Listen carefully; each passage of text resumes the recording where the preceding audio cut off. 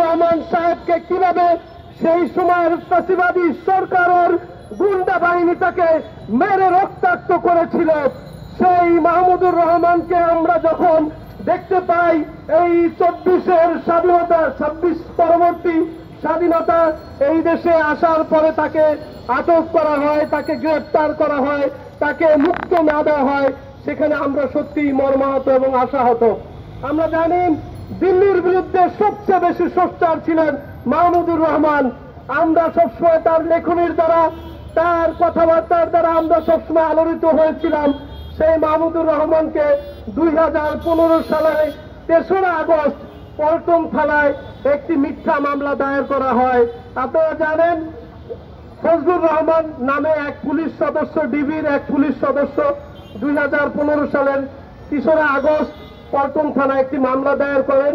মামলাটি হচ্ছে দণ্ডবিধির 365 অপহরণের অভিযোগ এবং দণ্ডবিধির 120 খ ধারায়, যেখানে অপরাধমূলক ষড়যন্ত্র, এই ধারায় মামলা করা হয়। এই বলে যে মাহমুদুর রহমান সাহেব নাকি আমেরিকান নিউ ইয়র্কে যে সজীব ওয়াজেদ জয় ছিলেন তাকে নাকি হত্যার উনি ষড়যন্ত্র করেছিলেন,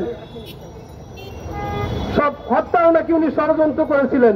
সেই কারণে ওনাকে 2015 সালে একটি মামলা দায়ের করা হয়।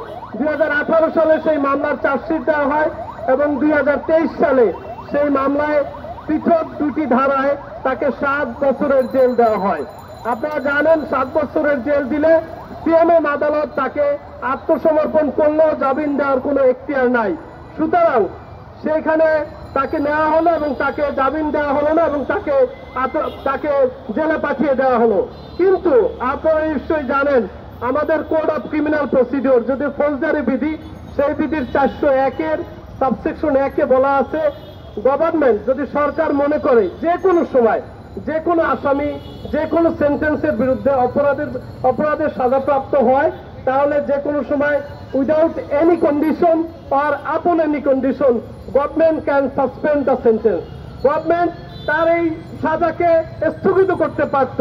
গভর্নমেন্ট সেটি না করে তাকে বিভিন্ন ধরনের অফার করা হলো।